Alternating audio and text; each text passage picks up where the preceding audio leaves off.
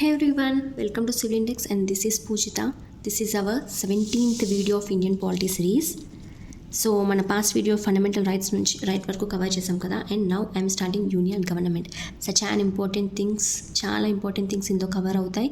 And these union government అనేది మన Indian కాన్స్టిట్యూషన్లో పార్ట్ 5లో మెన్షన్ చేశారు. Part 5 of Indian constitution tells about union government. So articles 52 నుంచి 151 వరకు ఈ యూనియన్ గవర్నమెంట్ లో నుంచి కవర్ అవుతుంది. ఓకే, అండ్ ఇవి కూడా చాప్టర్స్ కింద డివైడ్ చేసుకుందాం. మనం ఇప్పటి వరకు చూసిన పార్ట్స్లో మనకి చాప్టర్స్ అని కనిపించవు, బట్ ఇందులో చాప్టర్స్ కూడా ఉంటుంది. లైక్ చాప్టర్ 1 ఎగ్జిక్యూటివ్ గురించి మాట్లాడుతుంది, చాప్టర్ 2 పార్లమెంట్ గురించి, chapter 3 legislative powers of president గురించి, chapter 4 union judiciary and chapter 5 CAG గురించి. సో మీరు రియల్గా ఏమైనా నేర్చుకుంటున్నారు, నాలెడ్జ్ గెయిన్ చేస్తున్నారు. అండ్ నేను ఇచ్చే మెటీరియల్ అనేది చాలా బ్రీఫ్గా అండ్ నీట్గా ఇస్తున్నా, సో దట్ ఈ మెటీరియల్ మీకు యూజ్ అవుతుంది అంటే don't forget to like your like button and do share to the max. Okay, it will boost up me to do more and give you more information. Right, we will start now the executive. We already discussed that మన government అనేది మన introduction క్లాస్లోనే మనం discuss చేసాం. The government will mainly based on 3 pillars అని. The legislative, legislature, executive and judiciary. Legislature అంటే one who make laws, మనం పాటించే loss అని ప్రిపేర్ చేసేది. అండ్ ఎగ్జిక్యూటివ్ అంటే వీటిని ఎగ్జిక్యూట్ చేసేవాళ్ళు.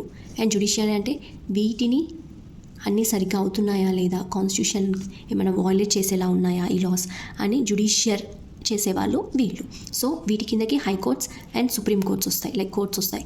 ఓకే, సో మనం ఫస్ట్ ఎగ్జిక్యూటివ్ గురించి మాట్లాడదాం. The first chapter of fifth part deals with this executive. Articles 52 నుంచి 78 వరకు ఉంటుంది. సో ఎగ్జిక్యూటివ్ అంటే ఇంప్లిమెంట్ ఈ లాస్ని, పాలసీస్ని ఇంప్లిమెంట్ చేసేవాళ్ళు.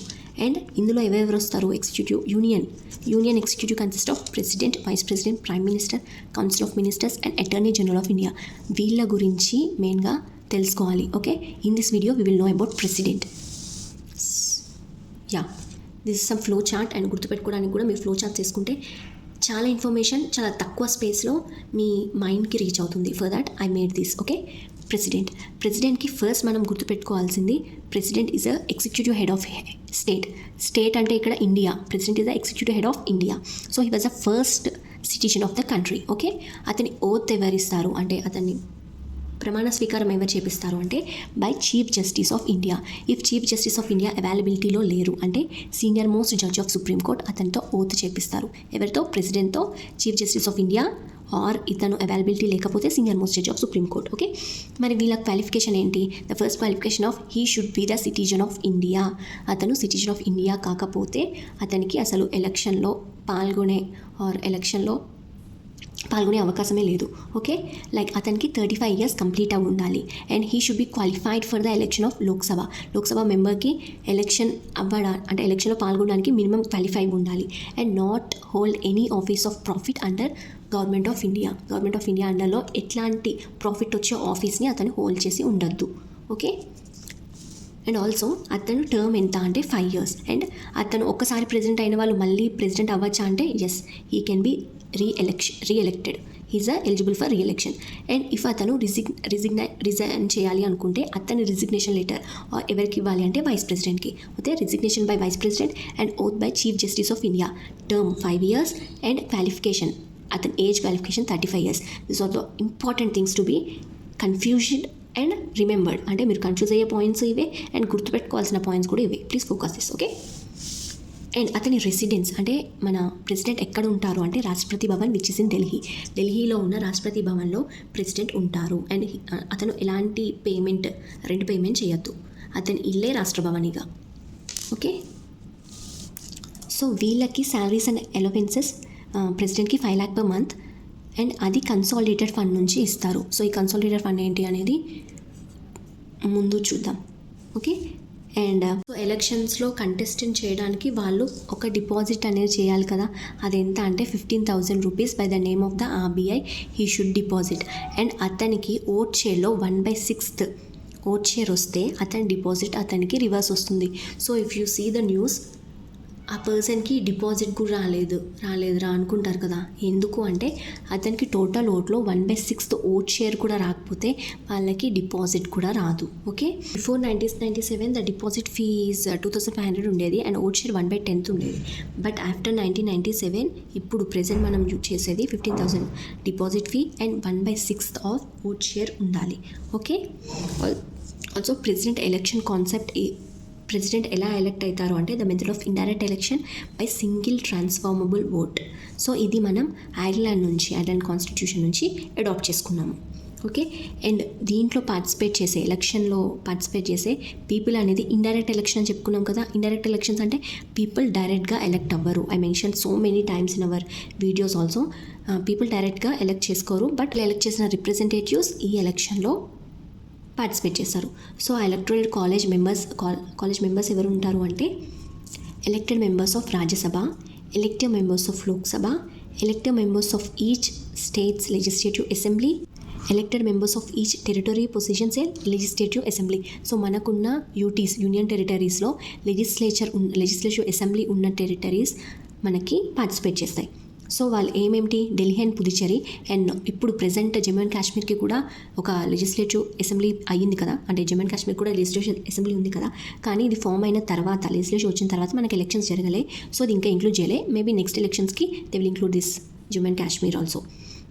So this is the electoral college which will participate in elections of president. So చాలా important. మీకు క్వశ్చన్లు ఇస్తారు, ప్రెసిడెంట్ ఎలక్టోరల్ కాలేజ్లో ఎవరెవరు లేరు అంటారు. So one of your 3 options will be this and ఒకటి డిఫరెంట్ ఇస్తారు. సో కన్ఫ్యూజ్ అవ్వకుండా ఈ 4 చూడండి. And there were elected members only, nominated members ఉండరు, ఓన్లీ ఎలక్టెడ్ మెంబర్స్. సో మీకు wrong option can be nominated members of Rajya Sabha అని 4th option ఇవ్వచ్చు, which is wrong. Okay, వీళ్ళు పీపుల్తో ఎలక్ట్ చేసుకున్న మెంబర్స్ ప్రెసిడెంట్ని ఎలక్ట్ చేసుకుంటారు. Okay, by single transformable vote. Next మనకి ఎమ్మెల్యేకి ఎంపీకి మనం అనుకున్నాం కదా, లైక్ ఓకే ఇప్పుడు ఎవరెవరు ఉన్నారు, ఎమ్మెల్యేస్, స్టేట్ నుంచి MLAs, MPs of both Rajya Sabha and Lok Sabha అనుకున్నాం కదా. సో ఈ ఎమ్మెల్యేస్ని ఎలాగా తీసుకుంటారో అంటే there is an vote value formula for it which is shown on the screen. ఇది పాపులేషన్ బేస్ మీద ఉంటుంది. Okay, which is shown on the screen. MLA vote total population of state by elected MLAs of that state into 1/1000. So MLA vote ఎంత, total population of that state by elected MLAs of that state into 1/1000.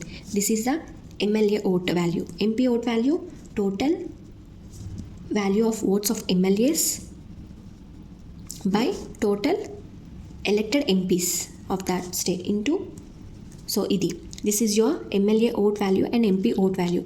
అయితే మీకు MLA vote value అనేది state to state change అవుతూ ఉంటుంది. ఎందుకు, ఇది population base మీద ఉంది కదా. ఈ పైన ఏముంది, టోటల్ పాపులేషన్ ఆఫ్ ద స్టేటే కదా. సో ఇది పాపులేషన్ బేస్ ఉంది కాబట్టి ఎమ్మెల్యే ఓట్ చేంజ్ అవుతూ ఉంటుంది స్టేట్కి. అయితే ఇది important. Highest MLA vote value ఏ స్టేట్కి ఎక్కువ ఉంది అంటే యూపీకి, this is 208. This is lowest దేనికి ఉందంటే సిక్కింకి, which is 7. And Telangana MLA vote ఎంత 132, ఆంధ్రప్రదేశ్ది 159. Okay, as this is based on the state population, ఇది చేంజ్ అవుతూ స్టేట్కి చేంజ్ అవుతూ ఉంటుంది. బట్ ఎంపీ ఓట్ అనేది అందరికీ సేమే, దట్ ఈస్ 708 వాల్యూ. అండ్ ఇది మొన్న అంటే 2017 ఎలక్షన్లో ఉన్న వాల్యూస్ ఇవి. Okay, so impeachment resolution very important which is under article 61. Okay, so impeachment అంటే ఏంటి, ఫర్ ఎగ్జాంపుల్ ప్రెసిడెంట్ ఏదన్నా మన కాన్స్టిట్యూషన్ని వయోలేట్ చేశారు అంటే అతన్ని తీసేస్తారు. ఓకే, సో ఈ కాన్సెప్ట్ని మనం ఎక్కడి నుంచి తీసుకున్నాం, యూఎస్ఏ కాన్స్టిట్యూషన్ నుంచి. సో నేను నెంబర్ ఆఫ్ టైమ్స్ ఇండికేట్ చేశాను దట్ మనం కాన్సెప్ట్ని మాత్రమే బారో చేసుకుంటున్నాం. సో వాళ్ళ ఇంపీచ్మెంట్ మన ఇంపీచ్మెంట్ సేమ్ ఉండాలని రూల్ లేదు. ఓకే, జస్ట్ ఇలా ఇంపీచ్మెంట్ అనే ప్రొసీజర్ ఉంటే బాగుంటుంది అన్న కాన్సెప్ట్ని మాత్రమే మనం బారో చేసుకుంటాం. ఓకే, అండ్ ఇంపీచ్మెంట్కి ఎలా చేస్తాము అంటే, for example impeachment charge can be initiated by either house of parliament. అంటే పార్లమెంట్లో లోక్సభ రాజ్యసభ రెండు ఉంటాయి కదా. సో లోక్సభలో అన్నా రాజ్యసభలో అన్నా లోక్సభ ఆర్ రాజ్యసభ సో ఏ హౌస్లో అన్నా ఫస్ట్ పెట్టచ్చు. ఓకే, ఈ హౌస్లోనే పెట్టాలని ఏం లేదు, ఏ హౌస్లోనా ఫస్ట్ పెట్టచ్చు. అయితే పెట్టేటప్పుడు the charge should be signed by 1/4 members of that house. లోక్సభలో పెడితే లోక్సభలో ఉన్న 1/4 మెంబర్స్ దాని మీద సైన్ పెట్టి ఉండాలి. ఆర్ రాజ్యసభలో పెడితే రాజ్యసభలో ఉన్న 1/4 మెంబర్స్ దాని మీద సైన్ పెట్టి ఉండాలి. And also 14 days prior notice మనం ప్రెసిడెంట్కి పంపాలి.